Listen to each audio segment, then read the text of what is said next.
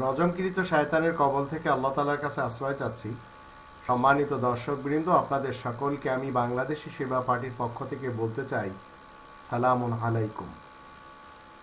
মনে রাখবেন, জনগণ শিক্ষিত না হলে কুশিক্ষিতরা ৯-৬ করে ক্ষমতায় আসে। এটাই তারা এই দেশে করতে পারে। ৪৮ বছর ধরে দেশের জনগণ এটি দেখছে। আর ৯-৬ করে যখন ক্ষমতায় আসে তখন তারা শুধু দুর্নীতি করে, নিজেদের লোকদের ছাড়া বাকি কাউকে ছাড় দেয় না।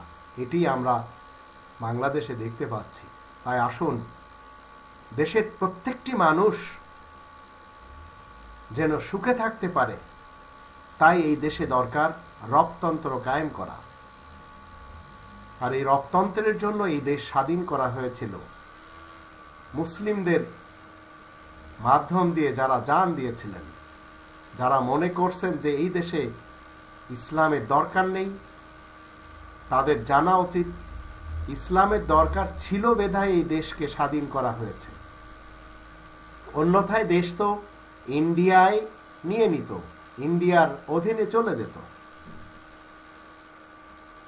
যদি এখানে ইসলাম প্রতিষ্ঠা হওয়ার দরকার না হতো, তাহলে এই দেশ স্বাধীন করার দরকার কি ছিল?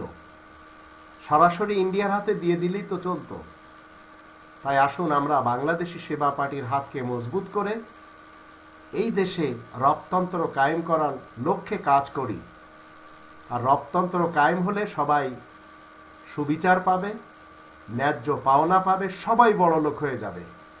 আর কেউ হায়না হয়ে দেশের অর্থকড়ি লুট করে ভিন দেশে সেকেন্ড এবং থার্ড হোম তৈরি করে খাবে না।